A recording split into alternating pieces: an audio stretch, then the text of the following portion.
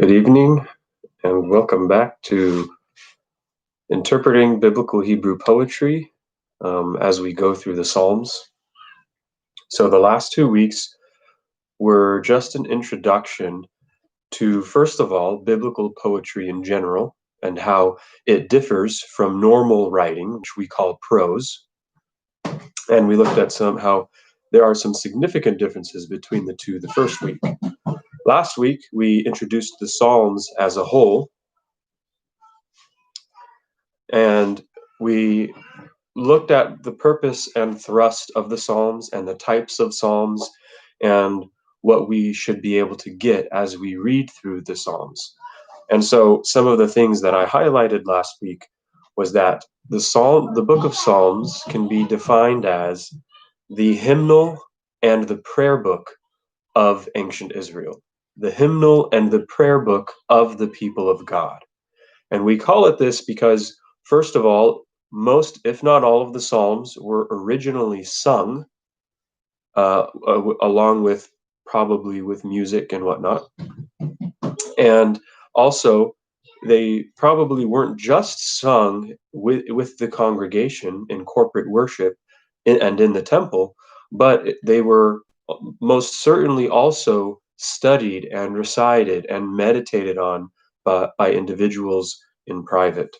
So that's why we can call it the hymnal, basically the book of hymns and prayers of ancient Israel. And we saw how the book of Psalms was written and shaped over centuries. Remember, it wasn't just a single individual, most likely, who wrote, the Psalms or wrote some of the Psalms and then they were passed down unchanged, but rather they were continually shaped and written and edited and composed and compiled over centuries in ancient Israel. And they basically crystallized and solidified finally by the let's say by the 3rd or 2nd century BC, they seem to have solidified into the book that we have now. And so at each new generation that received the Psalms from their ancestors, from their parents, they would recite it, they would sing it, they would read it, they would meditate on it, and it would shape their spiritual lives. And so this is a very powerful book in that respect. And one of the reasons for this is the purpose of the Psalms was that it provided worshipers with avenues of praise, of lament, and of thanksgiving. Remember, those are the three main categories of the Psalms, the three main types of Psalms that scholars have identified for over 100 years now. And so these three main types of Psalms are embedded, these elements, it's embedded throughout each and every Psalm. Praise, lament or complaint is very frequent as well, and also thanksgiving. And we looked at more types, but those are the three main ones. And so the language is very general, remember. The Psalms, we can't identify, oh, this person was specifically going through this illness at this time, etc. The Psalms are very general. They use conventional language. They don't use language that's super unique usually or anything like that, more so than other poetry. But they're very general because it is meant to be applied, and it was applied to people in various situations and contexts at different times, different places, different situations, even different cultures as it's been passed down since then. So the fact that the language of the Psalms is so general and it's so conventional, it's so traditional, is what exactly makes it so applicable to so many people's lives. Also, we mentioned that the book of Psalms is not primarily designed to give us doctrines that we're supposed to remember and we're supposed to argue with and stuff like that. It's not primarily, as I would say, an intellectual book. It is primarily a book of experiencing, a book of, it provides a framework that we can use to channel what we experience through to God Himself. And so It speaks to the not just the physical, but it speaks to the spiritual and the psychological and the emotional and the social experiences that we as humans go through in our lives. Okay, so now we're going to examine in detail how this such powerful book begins. And so tonight we're going to look at Psalm 1. And as we read through Psalm 1, we want to ask, what tone and message does this first psalm set for the rest of the book? And we're going to talk about that at the very end after we've examined it in detail. And of course, one of the emphases that we're gonna that that we're gonna have as we read through it is looking at how should we read biblical poetry. And so we have two purposes in mind. We want to understand how to read biblical poetry in general, but also we want to look at what's the message of the Psalms. So those are the two purposes of this series. And before we get into it, let's say a prayer. Our God and our Lord, we praise you, Father, for your graciousness and your goodness you have shown us in giving us your word, in giving us these opportunities to study it, and in being able to deepen our relationship and our faith and our commitment to you, Father. We pray that this study transforms us and that it makes us more like you, transforming us into the image of your Son. It is in his name that we pray. Amen. Okay, so let's start off by we're looking at Psalm 1. And whenever you read a biblical poem, one of the first steps is that you should identify which lines belong together. So it's not usually just one seamless, continuous poem. That's almost never the case with biblical poetry. But instead, remember, one of the main features of biblical poetry we talked about 2 weeks ago is parallelism, meaning usually it's two lines that go together, and they're tightly bound through parallelism, through synonyms, through similar images and wording and syntax, etc. So usually it's two, sometimes it's three, rarely four, and sometimes it's even just one by itself. But before you begin, you should always look for how are the lines grouped together in this poem, because that will give you the basic underlying structure of the poem itself. And from that structure, you'll be able to understand its meaning in a clearer and better way. So usually when you read through a poem, you should read through it first and identify how it's organized on a very basic general level. We're not going to do that during this series because for time's sake. So I'm just going to mention it as we go through which lines belong together. So starting in verse 1, it reads, "Oh, the happinesses of the man who," etc. And so this is the very first line, and it doesn't have a line that matches it below it. The next three lines go together. Who does not walk in the counsel of the wicked, or stand in the path of sinners, or sit in the seat of scoffers. And so those three go together. But that very first line, which is usually translated, happy the man who, or even more often it's translated, blessed is the man who.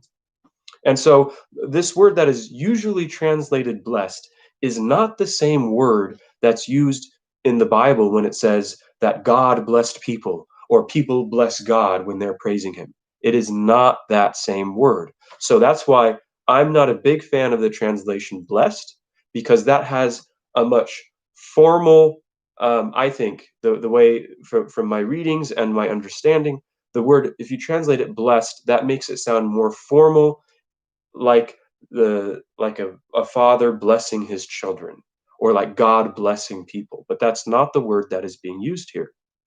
So some translations you'll see happy or you'll see fortunate, but in any case, what this word means, it's a single word. It's basically an emphatic exclamation. Oh, the happinesses, oh, the joys, oh, how fortunate, how well off is the person who does these things. It's the full, rich life that everybody aspires to, that everybody desires to have. And so it's this, we could call it blessed state that every person wants to be in. And so, oh, the joys of the man who, and that leads us to the following three lines, which are tightly bound together. And this is how it reads.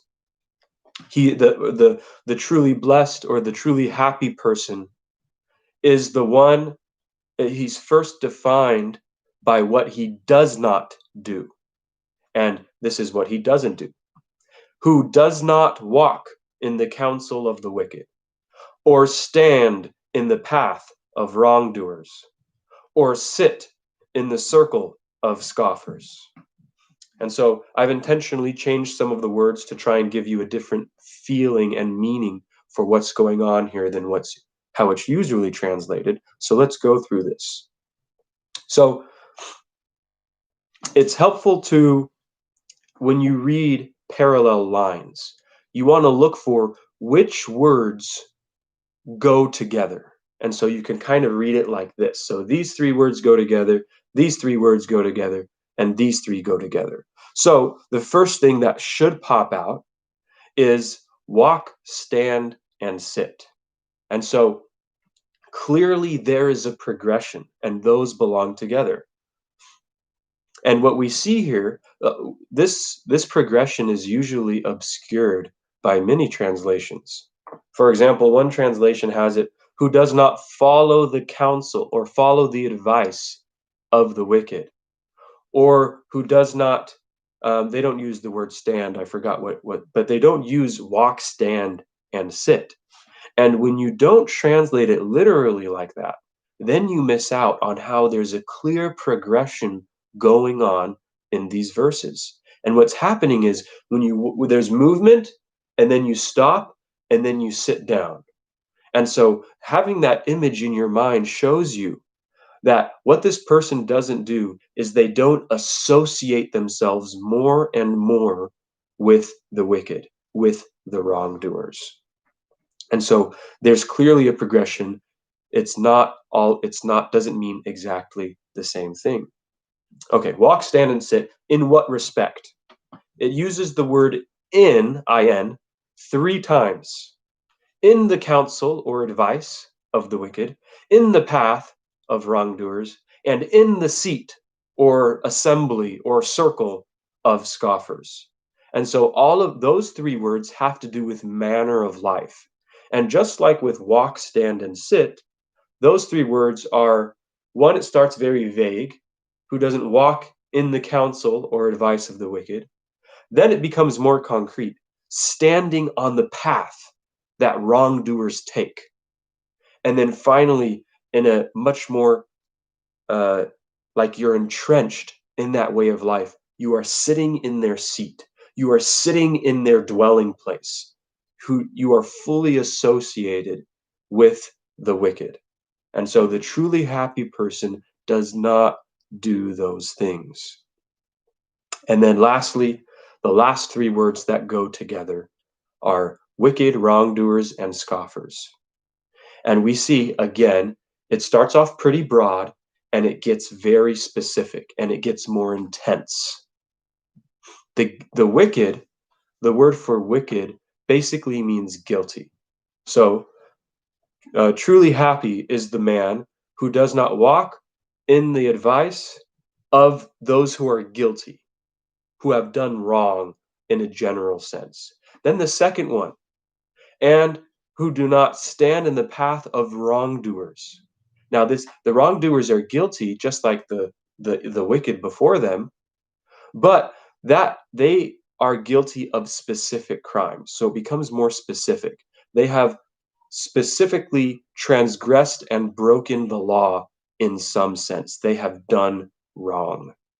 And then finally, we see, or sit in the assembly of the scoffers. And a lot of the time, it's kind of confusing. We don't use that word a lot in English. What is a scoffer?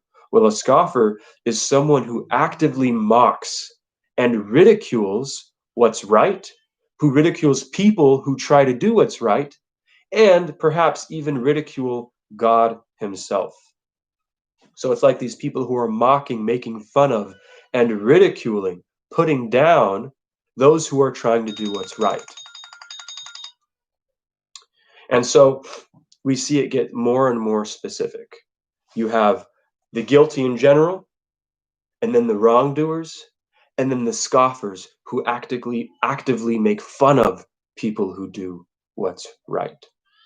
And so what those three lines tell us is that the truly happy person not only doesn't do what they do, but they don't even associate with such people. And so there seems to be the truly happy person does not even associate, does not even participate, doesn't do what these kind of people do. So that's the first verse, the first three lines at the beginning. That's what the truly happy person doesn't do.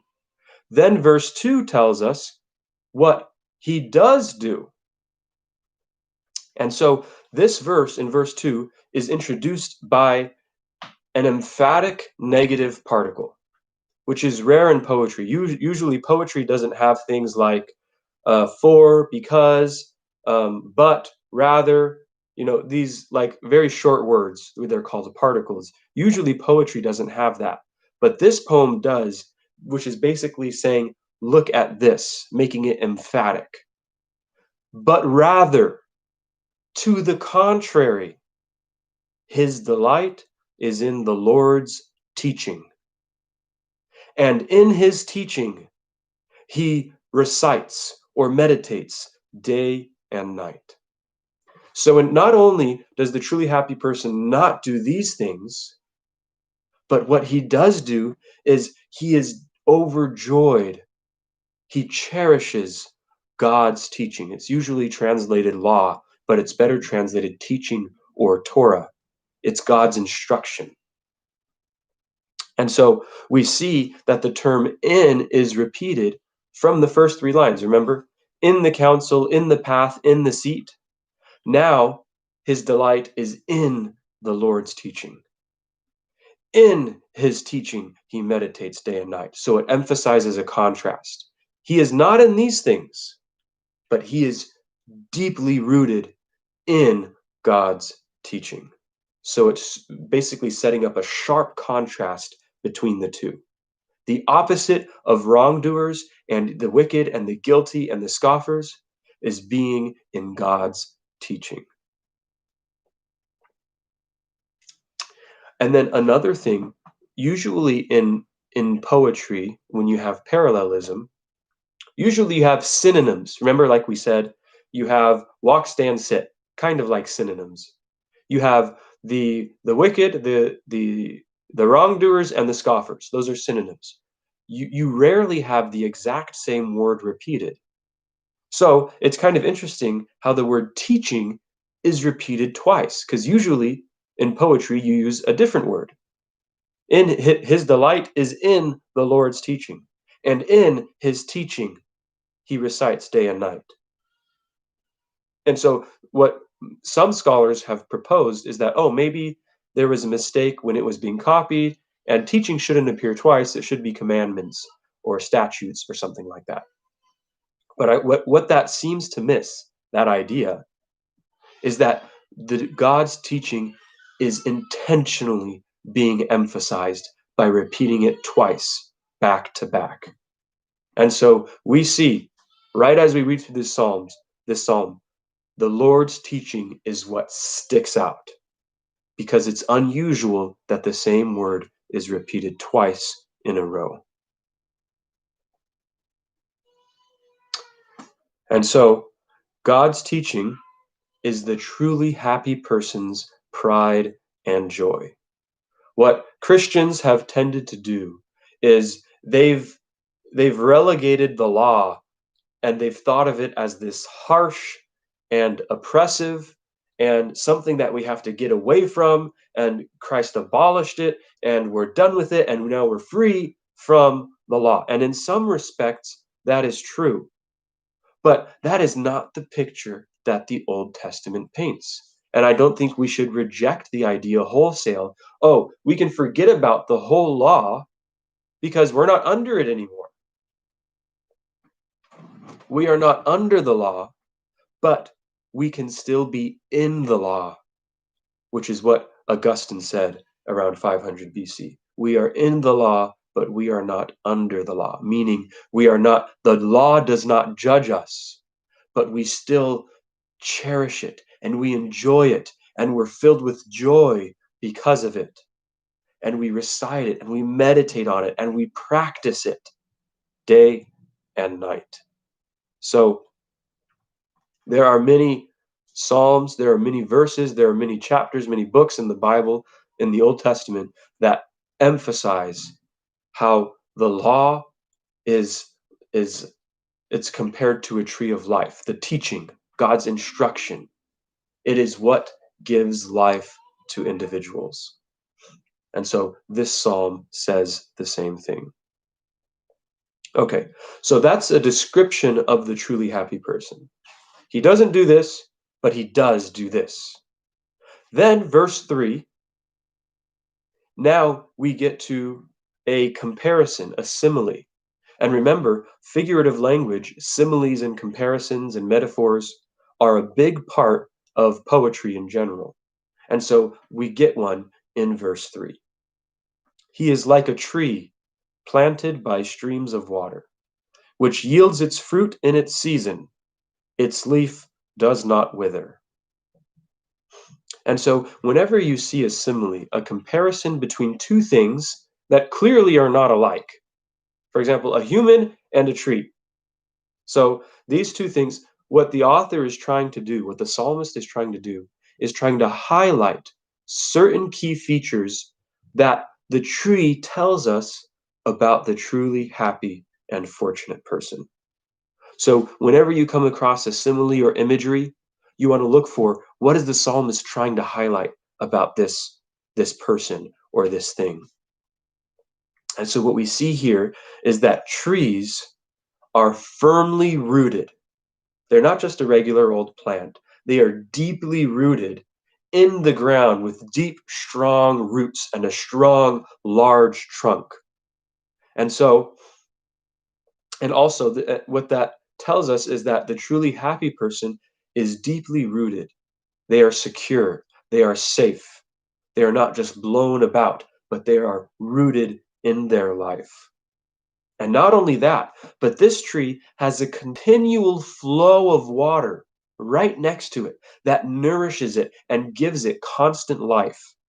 It never fades, it never dies, it never withers, but it constantly produces and it flourishes. And so, what that water can be compared to is God's teaching.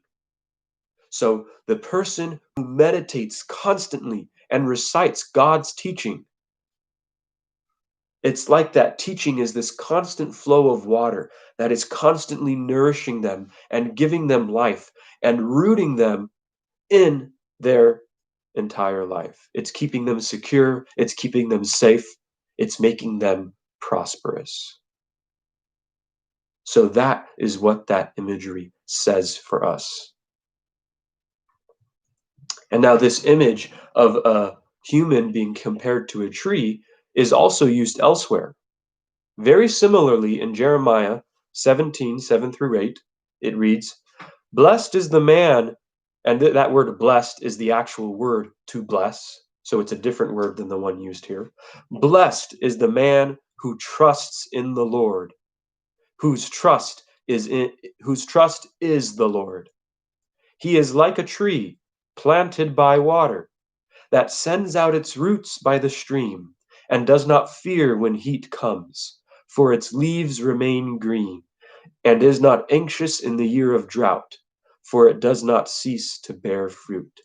Remarkably similar to our passage. That was Jeremiah 17, 7 through 8.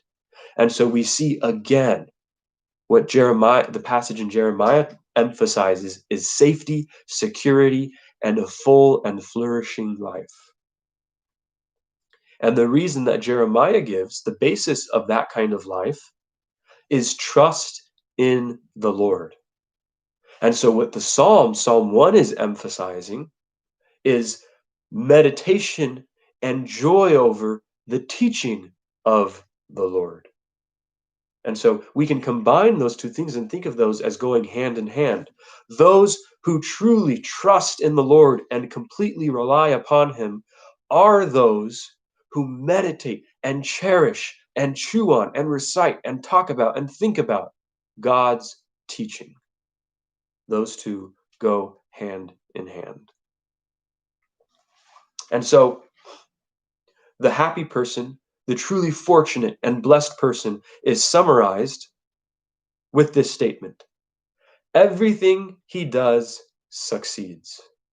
So that basically summarizes everything that came right before it, but especially the image about the tree. Everything that this person does, the person who stays away from the wicked, and the person who meditates on God's teaching, succeeds in everything that he does. He has a full, prosperous, joyous life. Okay, and then that brings us to verses 4 and 5, which now talks about the wicked. So we just read about the truly happy person who does these things. Now we're going to look at the wicked, which is much shorter than what was said about the truly happy person. And it's described in reverse order. So remember, it said it described the truly happy person. Then it gave us a simile. It compared him to a tree. Now it's going to talk about the wicked and compare the wicked to chaff. And then it's going to describe the wicked. So what we have here is a chiasm, which, if you remember from when we talked about chiasms last series, it's basically, it goes A, B, B, A. So it's like, it kind of looks like a greater than or less than sign. And what we have is the righteous do this, the righteous is like this. The wicked is like this, the wicked does this. And so that chiasm, that structure, emphasizes and reinforces the contrast between the righteous and the wicked. So the structure tells us something. Structure has meaning. The wicked are exactly opposite of the truly happy. Okay, verse 4 reads, not so the wicked. Again, we have another particle. Not so the wicked, but rather another particle that emphasizes negatively, but rather they are like chaff that the wind drives away. And so, in contrast to the truly happy person, the wicked are not even rooted in the ground. They're not even compared to a plant. Not only are they not a tree, they're not a bush, they're not grass, they are chaff.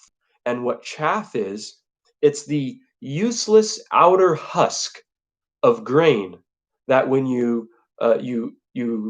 reap the grain from the fields and then you crush it to separate the wheat from the chaff, the wheat comes out of the chaff. Then what they would do is they would throw the wheat and the chaff into the air, and because the chaff is so light, the outer husk is so light, the wind would just blow it away, and then the wheat, the grains, would fall to the ground. And so you're left with the wheat and the chaff is driven away. So that's what the chaff is. And so not only are the wicked not a plant, not only are they not weak grass, they are the dead outer husk that is completely useless, that's just thrown away, blown away so easily by just a passing breeze. And so that is a clear contrast between the righteous, who are a tree, an eitz in Hebrew. It's called eitz, that's a tree, and the wicked are motes. They are chaff. Mote. Eitz versus motes. And so that kind of has a roughly the sound in the Hebrew also brings them together a little bit. And also, notice how brief the statement is about the wicked. Not so the wicked. Rather, they are like chaff that the wind drives away. There is such lengthy description about the truly happy person, which we know as the righteous. And so that brief verse 4, about the wicked, reinforces the idea that they are nothing. There's not much to say about them, in a sense. They're just blown away. A single verse. Then we get verse 5. Therefore, another particle. Therefore, the wicked cannot stand in judgment, nor wrongdoers in the assembly of the righteous. And so, just like how the truly happy person does not associate with the wicked cannot associate with the righteous. And so, what this judgment is it's God's judgment. And so, God's judgment can either occur in this world, in this lifetime. God can judge in various ways. And what it means that the wicked cannot stand in the judgment is that they are guilty. And so, when you go to judgment, they are not vindicated. They are not cleared of their guilt. They cannot stand, and therefore they are cast out. They are obliterated. They are swept away. They can no longer associate with God's people. They have nothing to do. They cannot have anything to do with God's people. So when the judgment comes, whether it's in this life or the next, the wicked will not be able to stand, and so they are cast out. And so this contrast, again, there's a play on words in the Hebrew. It's further reinforced. The word for counsel, blessed is the man, or happy is the man who does not walk in the counsel of the wicked. The word for counsel is atzat. The word for assembly of the righteous is adat. So the righteous do not walk in the atzat of the wicked. Sinners cannot stand in the adat of the righteous. And so again, it's bringing together that clear contrast, beautifully conveyed in this psalm. And then that brings us to the final verse, verse 6, which is the conclusion that summarizes everything we just read about the truly happy person, the righteous, and the wicked. The Lord knows the path of the righteous, but the path of the wicked is destroyed. And so we get one final particle that introduces this. Most translators will say, for the Lord knows, because all of this is because the Lord knows the path of the righteous, etc. But it could also be translated as an emphatic particle of assertion. The Lord knows. It's like you're emphasizing it as a summary conclusion to the psalm. The Lord knows the path of the righteous, but the path of the wicked is destroyed. And the word for to know in Hebrew means to be intimately acquainted with, to be intimately associated with. So that means there is an intimate association of the Lord with the life of the righteous, the life of the innocent, the life of those who act rightly. The Lord is intimately associated with such people. And then you have, what's the exact opposite of that? What's the exact opposite of being in God's presence? It is destruction, obliteration, annihilation, wiped off, out of existence, gone. That is what is the opposite of being associated with the Lord. Destruction. And so, by way of conclusion to this psalm, when people sing and pray and meditate on this psalm, we are encouraged to cherish the Lord's teaching, to be filled with joy over the Lord's teaching. That's what the whole psalm essentially hinges on. That is what the truly happy person does do. That is what the righteous people actually do. That's the one thing it says that they do actively. They cherish the Lord's teaching, his instruction, and they recite it day and night, continuously, ceaselessly. And what that does is that brings a truly joyous and full life. It nourishes, but the Lord's teaching nourishes the worshiper and securely establishes them in life, because what that means is God's presence is intimately associated with us in our lives. And so that I believe to be the message of Psalm 1. And so as a conclusion, I want to say that the fact that this psalm occurs at the very beginning of the entire book tells us what the compilers of the book think about the book of Psalms. What it tells us is that since this psalm is centrally and essentially emphasizing what this psalm is about is the righteous and the Lord's teaching and meditating upon it, then what that does is that tells us the rest of the book of Psalms we can think of as the Lord's teaching. And so this view is not new. It has been repeated by many, many people and commentators and scholars and preachers that because Psalm 1 is about the Torah, the teaching, it's as if the book of Psalms itself is God's teaching. That's what it's telling us. And this is reinforced by the fact that the book of Psalms is separated into 5 different books. Just like there are 5 books of the Torah, of God's teaching, there are 5 books of Psalms.